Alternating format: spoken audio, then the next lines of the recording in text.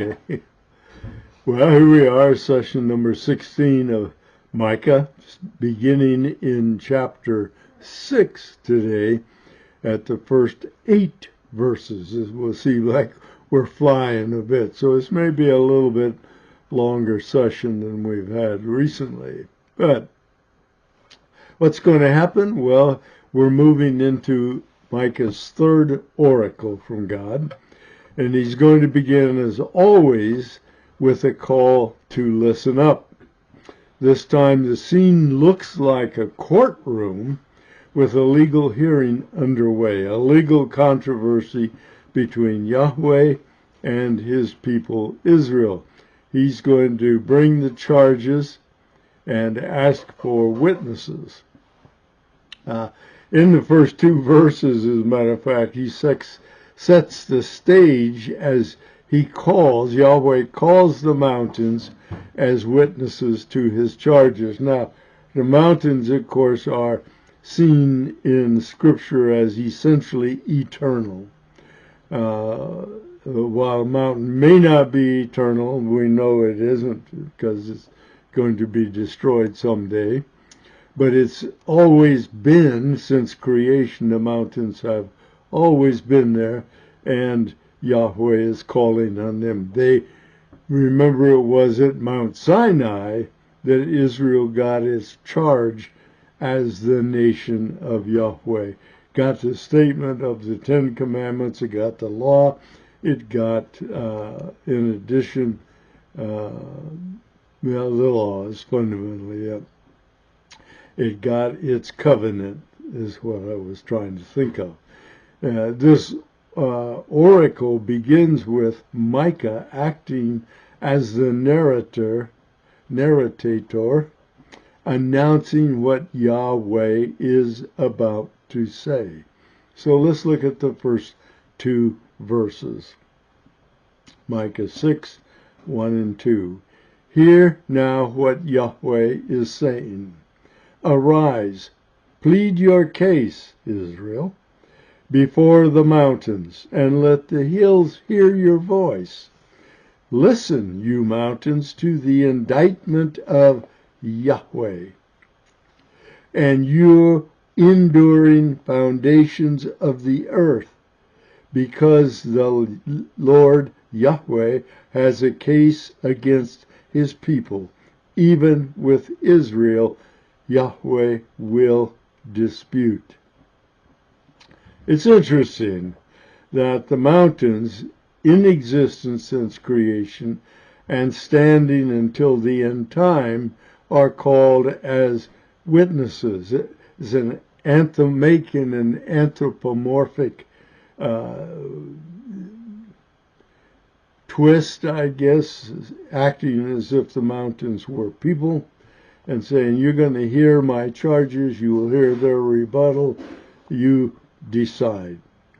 The mountains, of course, were there when Israel became God's chosen nation at Mount Sinai, as we mentioned a minute ago, and have been there ever since. By personifying the mountains, God has called witnesses who have seen and heard all that Israel has said and done since coming into their being. This is not the first time Israel has heard the request. If we go back into Deuteronomy 4, verses 25 and 26, this is before Israel entered the Promised Land. It was over at Shittim, before they were going to enter across the Jordan and into Gilgal. When you become the father of children and children's children, and have remained long in the town, I'll get it straight in a minute, and when you become the father of children and children's children, you got grandchildren around the place, and have remained long in the land, and act corruptly, and make an idol in the form of anything, and do that which is evil in the sight of Yahweh your God, so as to provoke him to anger, so I call heaven and earth to witness against you today, that you shall surely perish quickly from the land. He's talking, of course, about exile, where you were to the land where you were going over the Jordan to possess it. So this is right before they entered the promised land. You shall not live long on it, on the land, but shall be utterly destroyed. Those who turn away from the covenant requirements and are corrupt. Isaiah 1:2 speaks a bit. Listen, O heavens, hear, O earth, for the Lord speaks. Sons I have reared and brought up, but they have revolted against me. So God is saying that Israel has revolted against him. And that's what sin is, of course. The expectation here is that the defendant will stand and deliver his defense. But Yahweh is certain that the mountains will find his charges against Israel to be true. And why would he not expect that? But God's introduction is a plaintive call, pleading Israel to answer several rhetorical questions. You can feel the pathos with which these questions are asked. I'm going to read it now. You won't hear the pathos in the way I read it, but listen to the actual words and their intent. My people, this is almost as if Yahweh is pleading with his people. What have I done to you? And how have I wearied you? Answer me. The question seems to be, my people, what have I done so that you have become estranged from me? What's passed between us to bring this to be? Have I wearied you to bring this to pass? And of course, the answer to that is no. These are essentially rhetorical questions because God has carried Israel since its birth. But Job felt that way, physically worn down, but Job's case, of course, was quite different. There was no speaking of corruption in here. Let's look at Job 16:7. But now he, Yahweh, has exhausted me. Thou hast laid waste all my company. He's saying that God is responsible for his weariness, for his pain, for his suffering. And Isaiah asked Israel about trying God's patience. Then he said, and this is Yahweh speaking, listen now, O house of David, is it too slight a thing for you to try the patience of men? That you so slight a thing, that you will try the patience of my God as well? And so the question is that Isaiah was asking, hey, Israel, you don't think anything about trying the patience of men, but do you think the same thing about trying the patience of God?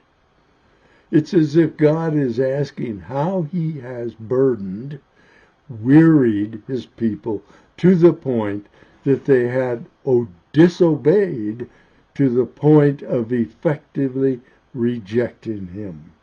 They didn't want him as a king, you'll remember.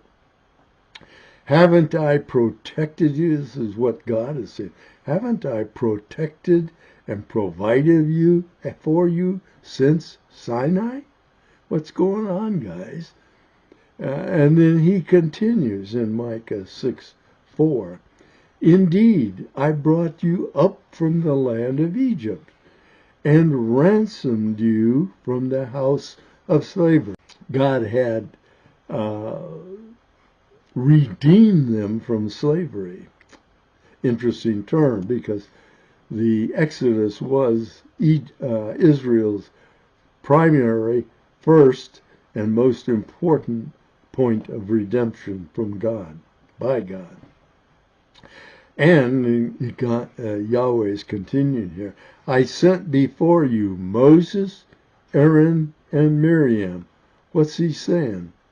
He's saying, look, I redeemed you from slavery in Egypt to make you a nation, my nation.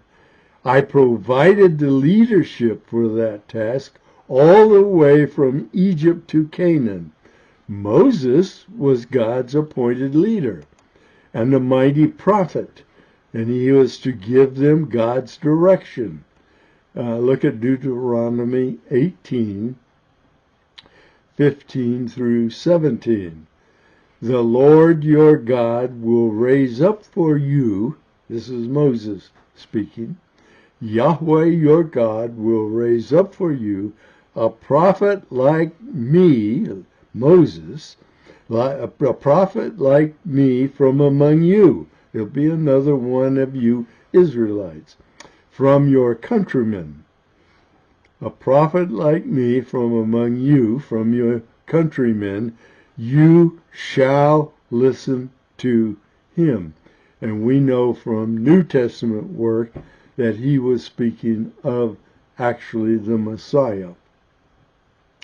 Verse 16 in here, we're reading from 15 to 17 of Deuteronomy 18. So now in verse 16, this is according to all that you ask of Yahweh your God in Horeb, that's Mount Sinai, on the day of the assembly, saying, let me not hear again the voice of the Yahweh my God. Let me not see this great fire anymore, lest I die. And verse 17, and Yahweh said to me, Moses, they have spoken well. I will raise up a prophet from among the countrymen like you, and I will put my words in his mouth, and he shall speak to them all that I command him. That's Moses. Now, Aaron was the head of the priestly order who taught the people and interceded to God on their behalf. I'm not going to have a verse to read to you about that, but you all know that Aaron was the first high priest, and all high priests after him descended from him, except for one high priest. And of course, I'm referring to Jesus Christ, who has become our high priest under the new covenant. And the Aaronic priest no longer is active. But you can find that. It's in Exodus somewhere after chapter 20. Actually, even at Mount Sinai, Aaron was acting in the capacity of a priest when he made the golden calf, of course. Not a very glorious beginning, but it was shortly after that that he was appointed to that role. And how about Miriam, the sister of Aaron and Moses? They were all siblings. In Exodus 15:20, we read about Miriam this. And Miriam, the prophetess, Aaron's sister, took the timbrel in her hand, and all the women went out after her with timbrels and with dancing. Then Yahweh went on to remind Israel how he had led them past the attempt to disrail them near the end of their wanderings. And now moving back to Micah 9:5. My people, remember what Balak, the king of Moab, counseled, and what Balaam, the son of Beor, answered him, and from Shittim to Gilgal, in order that you might know the righteous acts of the Lord. So he said, I want you to remember everything that I did for you in the middle. If you go back, that's a story I like to bring up at Christmas time. The story about Balaam and Balak has nothing to do directly with Christmas. On the surface, has a lot to do with it, I think, in the long run.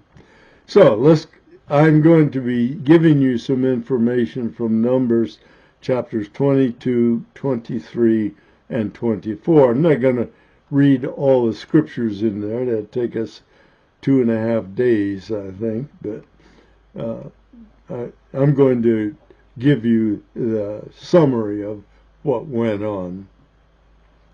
What you have is Balak, the Moabite king, wanting a prophet to curse Israel, to derail them from passing through Moabite territory.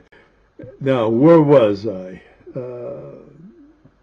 I was talking about Balak, a Midianite, a Moabite, a cousin of the Jews through Abraham's nephew Lot, who was in cahoots with Midian, a cousin of the Israelites through Abraham's son Midian from his wife Keturah after Sarah had died. Well, God refused to let Balaam curse Israel, and he had him bless Israel instead. But remember, Balaam was no good, money grubbing, and so forth. So in the middle of the episode, Balaam had a conversation with his donkey. That's something that most people always remember whenever you hear a lesson or a sermon on Balaam and his donkey. So that was a humorous thing about a prophet of God talking in conversation with a donkey who talked back to him. But anyhow, along the way, Balaam never did curse Israel. He gave, but again, remember, he's no good money grubbing. So to get his pay from Balak, he gave him a piece of advice on how to get Israel out of favor with Yahweh. It was very simple. You got some good-looking chicks in Moab and Midian. Get them to seduce the men and join the Midianite and Moabite chicks in worshiping their pagan gods. So that's the final legacy of Balaam. As a matter of fact, on the way through Moab to Shittim, before crossing into the Promised Land, there was a small war. Balaam was killed. Moabite and Midianite forces were defeated. And then later from Shittim, however you want to say it, I think it's probably better Shittim, Shittim, Israel crossed the Jordan on dry ground, a miraculous crossing of a river in its flood stage, and they camped in Gilgal within the Promised Land for the first day.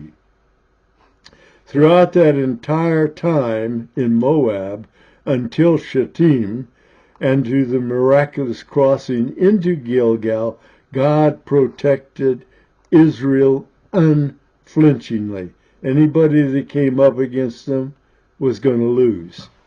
Throughout that entire time in Moab, until Shittim, until the miraculous crossing in Gilgal, God protected Israel unflinchingly. I repeat things on purpose. The judge of all the world proved faithful to his promises to Israel for 40 years in the wilderness, repeatedly proving himself both righteous and faithful and capable. Then Micah began a monologue as if he were an Israelite individual, wondering what all of this meant in terms of what sacrifice could be made for his sins. Israel always knew when it was sinning, when it was coming up short in its dealings with Yahweh. It knew. So Micah is going to take that route as if he were one of these guys. He isn't. He is not rebelling against God. So I'm going to read from Micah 6, verses 6 and 7. And the individual is saying this to himself: with what shall I come to Yahweh and bow myself before the God on high? Shall I come to him with burnt offerings, with yearling calves? Does the Lord take delight in thousands of rams, in 10,000s of rivers of oil? Shall I present my firstborn for my rebellious acts, the fruit of my body, in payment for the sin of my soul? Whew. The individual searches the sacrificial system for an answer. How many bulls, sheep, goats, pigeons, and so forth will it take to make God happy with my sacrifice? Without the blood, without shedding of blood, there is no sacrifice for sin. I know that. How much grain oil or wine will it take to remove the consequences of my sin in these kinds of offerings? Non-animal offerings, peace offerings. Could Yahweh want my firstborn put through the fire? You want me to sacrifice my firstborn son? What will it take to satisfy Yahweh? I gotta know. Then Micah answered with a well-known and loved verse. Micah said effectively, hey guy, you already know what Yahweh expects. You have been told ever since. Micah 6:8. He has told you, O man, what is good. And what does the Lord require of, what does the Lord seek from you? But to do justice, that's number one. To love kindness, that's number two. And to walk humbly with your God. Some translations in place of kindness have mercy. I say that because I'm probably going to use mercy very soon here. So have acts of only fairness toward everyone. That's the first one, right? But to do justice, that means behave fairly toward everyone, especially your brother and sister Israelites. To love kindness or mercy implies the desire and the willingness to help those you see around you that have needs, to help them gain the best God has for them. So that's the second piece. So first is to do justice, be fair with everyone, love and help everyone you know about. And third, walk humbly with your God. So, what does that mean? To walk humbly before your God? It means very simply, walk in submission and obedience with God in whatever He has set before you, including excuse me, including the covenant requirements. So, what is he saying in this? External conformity to the ceremonial rites, all the things Micah was asking what it would take to satisfy Yahweh, to satisfy Yahweh's anger at his sin. What would it take in the way of ceremonial sacrifices? He said, that ain't where it goes. That's not what he wants of you. He wants a full commitment to the requirements of the covenant, a heart committed to obedience, and a heart committed to Yahweh. As James put it in 1:27, James 1:27, this is pure and undefiled religion in the sight of our God and Father. What is it?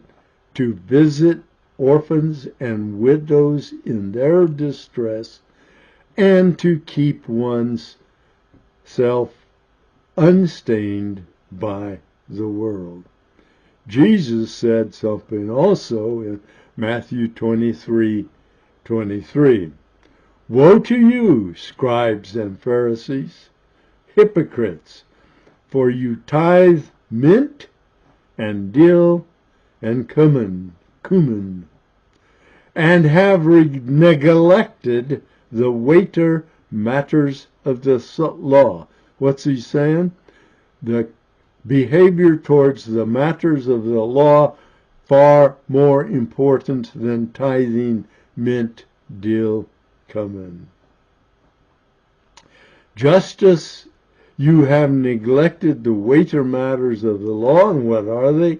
Justice and mercy and faithfulness.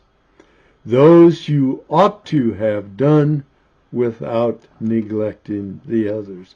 He said, yeah, the tithe, mint, and cumin tithes are not as important as justice, mercy, and faithfulness, but you ought to be just, fair, mercy, loving, faithfulness, as well as tithing mint, dill, and cumin. Says you ought to do all of it. As a matter of fact, what we see in Galatians, of course, is a monologue from Paul saying, if you're trying to be saved under the rules of the law, you have to keep every one of the laws perfectly all of the time, and you can't do it. And then several Old Testament prophets, both before and after Micah, gave much the same testimony. 1 Samuel, going back to that prophet Samuel, 1 Samuel 15:22, and Samuel said, has the Lord as much delight in burnt offerings and sacrifices as in obeying the voice of the Lord? In other words, he said, what's more important, burnt offerings or obedience? And to heed than the fat of the rams. He's saying, no, your obedience, your submission, your love of Yahweh are all far more important than burnt offerings.